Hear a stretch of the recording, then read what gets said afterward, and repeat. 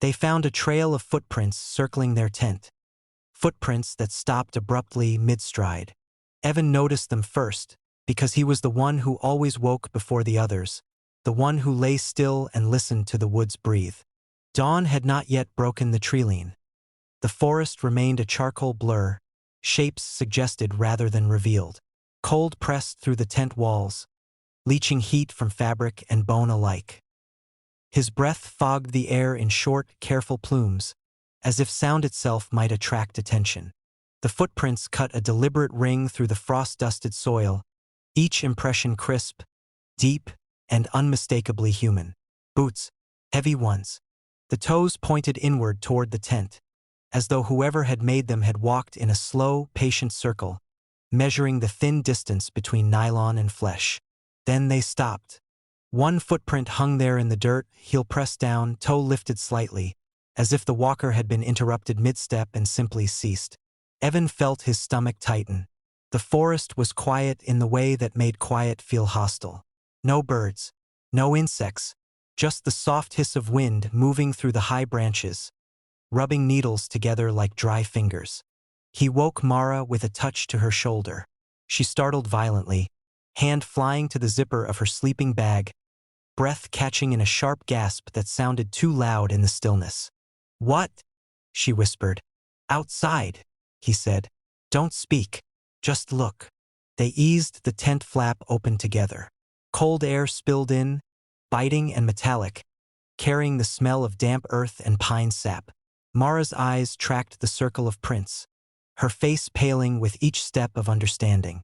She followed them around the tent until her gaze reached the place where they ended. "That's not," her voice thinned. "That's not possible."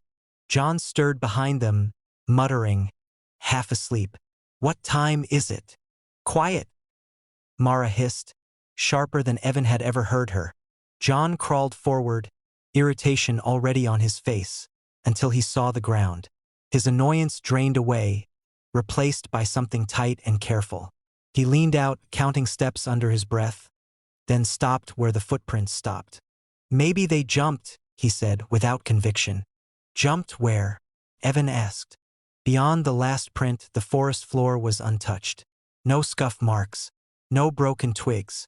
Frost lay pristine, unbroken, stretching between the trees like a held breath. They stood there longer than they should have, waiting for something to explain itself. The wind rose briefly, rattling the tent walls. The fabric snapped and fluttered, sounding uncomfortably like movement. Evan flinched before he could stop himself. They packed in silence. Every zipper sounded like a scream. Every snapped buckle echoed. Evan's hands shook as he rolled the sleeping bags, the nylon whispering against itself. He kept expecting to feel a presence just beyond his shoulder, the sense of being watched sharpening with each second. When they finally moved, they stayed close together, boots crunching softly over frost. The trail back to the car was marked, familiar, or it had been the day before. Now the trees felt closer, their trunks crowding in, shadows overlapping in ways that made distance hard to judge. "Do you think it was someone messing with us?" John asked, forcing a laugh. "Like, locals?" "No other tracks," Mara said. "Not coming in. Not leaving." Evan said nothing. He was thinking about the way the footprints had been placed. The even spacing, the patience implied by a slow circle in the dark. Whoever or whatever had made them had taken time. They walked faster. As the light crept in, thin and gray, the forest should have woken. Instead, it remained subdued, as if sound itself had been dampened. Evan became acutely aware of his own body. The rasp of his breath, the thud of his heart, the brush of his jacket against his arms. Each sensation felt amplified, exposed. They reached a narrow clearing and stopped. More footprints.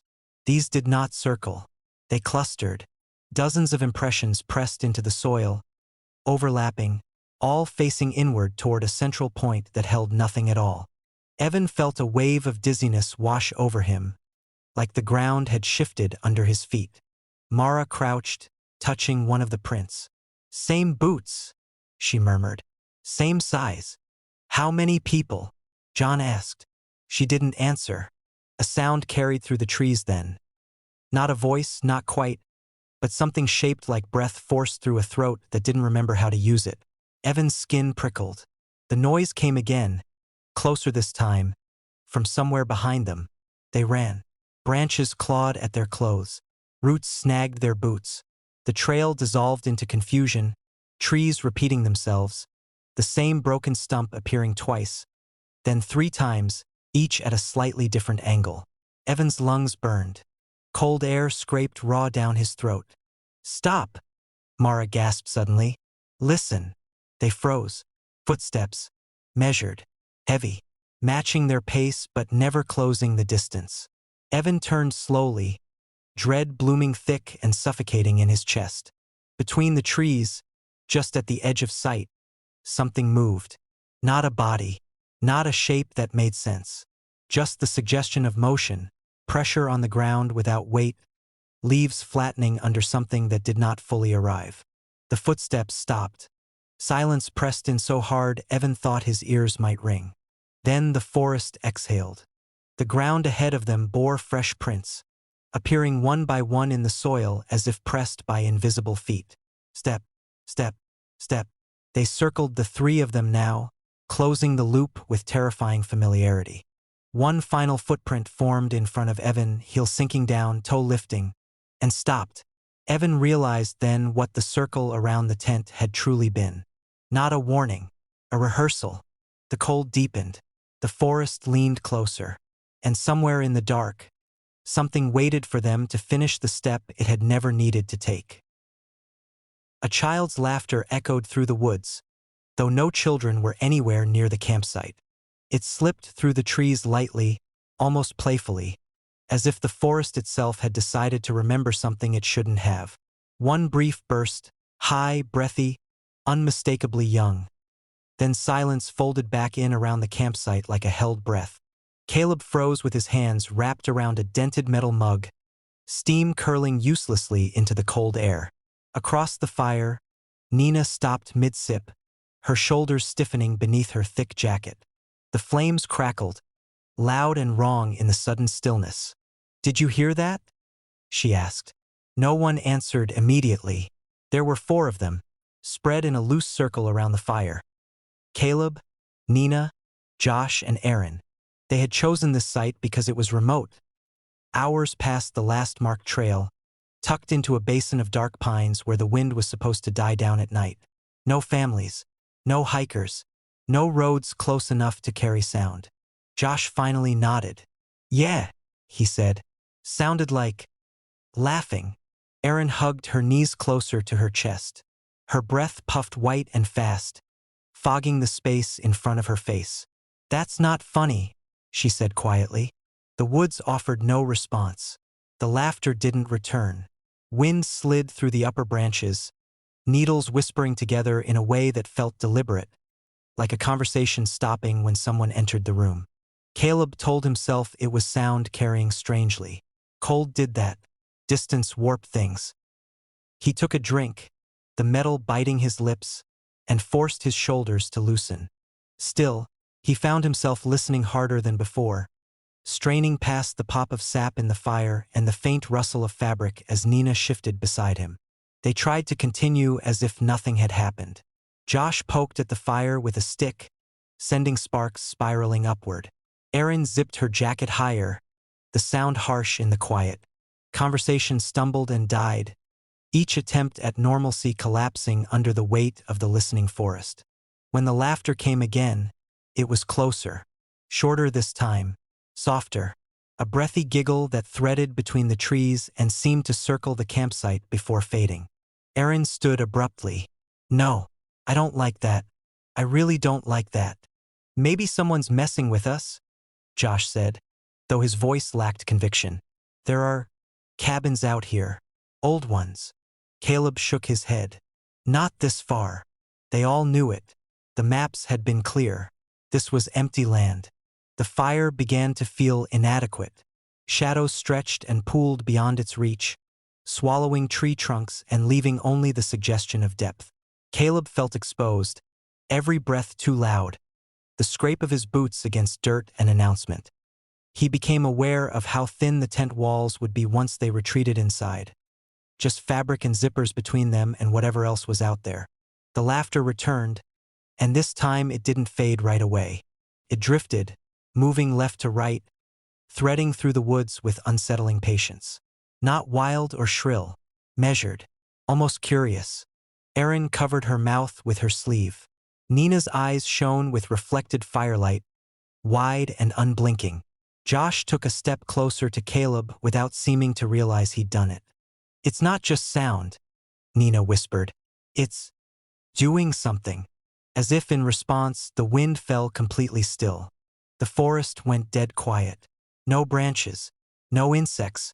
Even the fire seemed to lower itself, flames shrinking, crackle softening until it sounded far away. Then the laughter stopped. The silence that followed was worse. Caleb felt pressure in his ears, like a sudden drop in altitude. His skin prickled beneath his layers, a crawling awareness settling between his shoulder blades. He had the distinct, unshakable sense that the woods were waiting. "Let's go to the tents," he said. "Now." They moved quickly, each step cautious, heads turning, eyes darting between the trees. Fabric whispered as tent flaps were unzipped. Zippers rasped closed too loudly. Inside, the air was stale and cold, carrying the faint chemical smell of nylon and damp earth. Caleb lay on his back, staring at the dark curve of the tent ceiling. His breath sounded enormous in the confined space. Outside, someone shifted, footsteps crunching softly over pine needles. Josh, probably, circling the tents like a nervous animal. Then came the laughter again. It was right outside. Not loud, not sudden, just a small, deliberate sound, as if someone had leaned close to the tent wall and let it slip out carefully, testing the effect. Erin made a strangled noise from the neighboring tent. Nina's hand found Caleb's arm, fingers digging in hard enough to hurt. He didn't pull away. The laughter moved. Caleb tracked it by sound alone, a slow orbit around the tents. Each soft giggle was placed precisely, evenly spaced, as though whatever made it was walking a measured circle. Caleb's mind supplied an image he couldn't stop seeing. A small figure pacing just beyond the thin fabric, head tilted, listening to their breathing. The laughter paused. Then it came again, different this time. Not higher or louder, but shaped wrong. The rhythm was off, each breath fractionally delayed, like someone imitating a sound they didn't fully understand. Nina shook against him. "It's copying," she whispered. "It's learning." The circle tightened. Caleb heard the faint press of something against the tent wall. Not a hand, not a body, just pressure briefly applied and released, testing the boundary. The nylon shifted inward, brushing his shoulder, cold seeping through the contact. Outside, the laughter changed again. It wasn't playful now. It was patient, deliberate, as if it had realized the sound worked and was pleased with how well.